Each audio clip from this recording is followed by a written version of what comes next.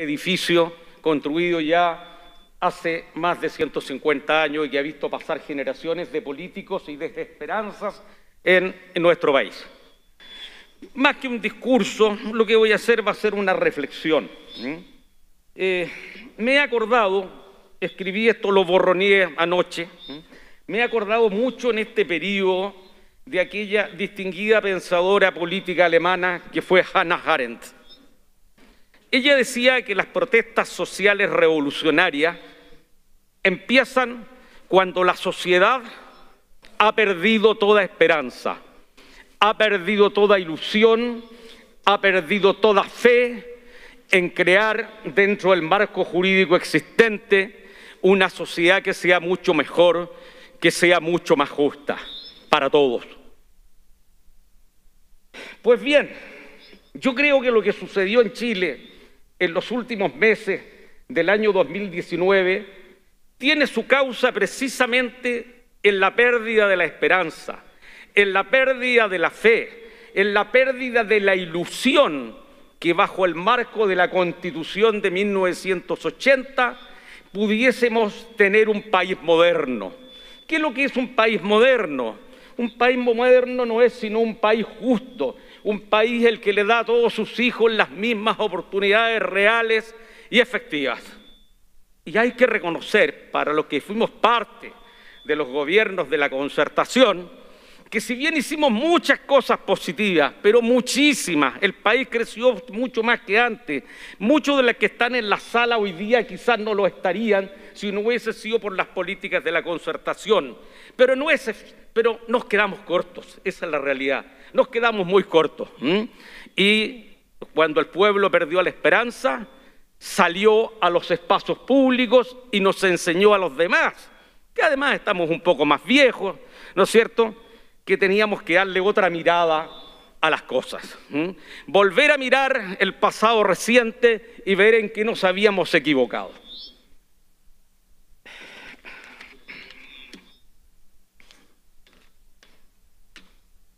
Pero también es cierto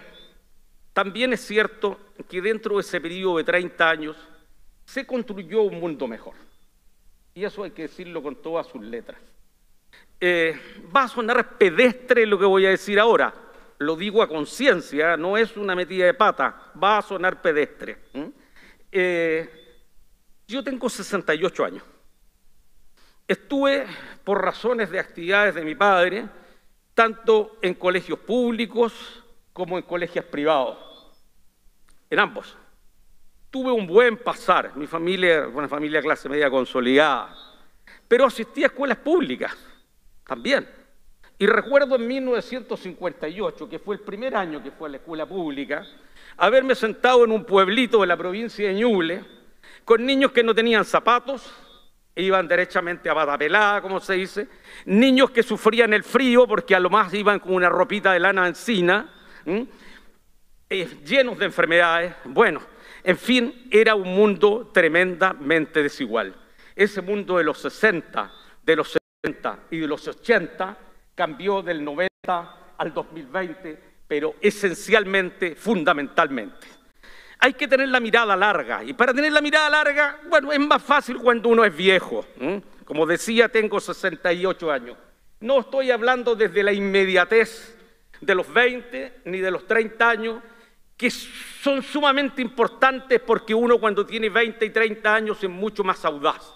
Lo que tenemos que hacer ahora, entre todos nosotros convencionales, es una mezcla no solo de posiciones ideológicas, de posiciones políticas, derecha, izquierda, centro, juntarnos a conversar. También, fíjense, los pocos viejos que vemos aquí, que no somos tantos, les podemos dar a los demás una mirada del más largo plazo. Y así, entre la ecuación prudencia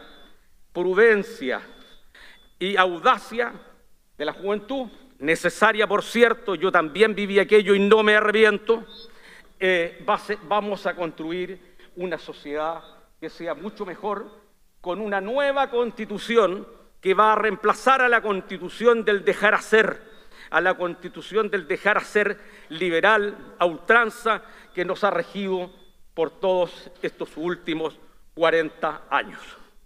Amigos y amigas, ¿Qué más podría decir? Podría decir que quiero un país que le dé oportunidades reales y efectivas en salud pública. Necesitamos una fuerte salud pública. Necesitamos una fuerte educación pública. No queremos terminar la privada, pero que la privada se financie sola. Si alguien quiere mandar a sus hijos a la educación privada, tiene pleno derecho a hacerlo, pero el Estado no está necesariamente obligado, ¿no es cierto?, a financiar esa educación. Necesitamos, además, Fuerzas Armadas que estén efectivamente bajo el control político de la nueva Constitución.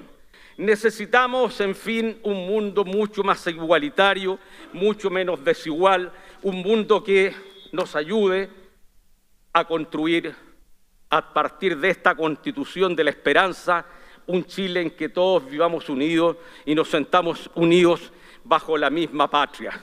Quiero hacer, por último, antes de terminar, Presidenta, un mensaje especial a los pueblos originarios, especialmente al pueblo mapuche, a mi pueblo mapuche de Alto Biobío, donde podemos empezar a escribir las nuevas relaciones con el mundo indígena. Allí hay un territorio de 2.200 kilómetros cuadrados, alrededor de 8.000 habitantes, con un 95% aproximadamente de población pehuenche, con 5 o 6 grandes fundos que son solamente títulos de papel, como decimos los abogados, no representan un uso y goce efectivo de la propiedad, en el cual el Estado y nosotros aquí en la Constitución podemos empezar a escribirlo, determine la posibilidad de formar allí, no hay grandes conflictos los que se producirían allí, una nueva autonomía gradual que sirva de ejemplo a lo que podamos hacer más adelante en otras zonas del país.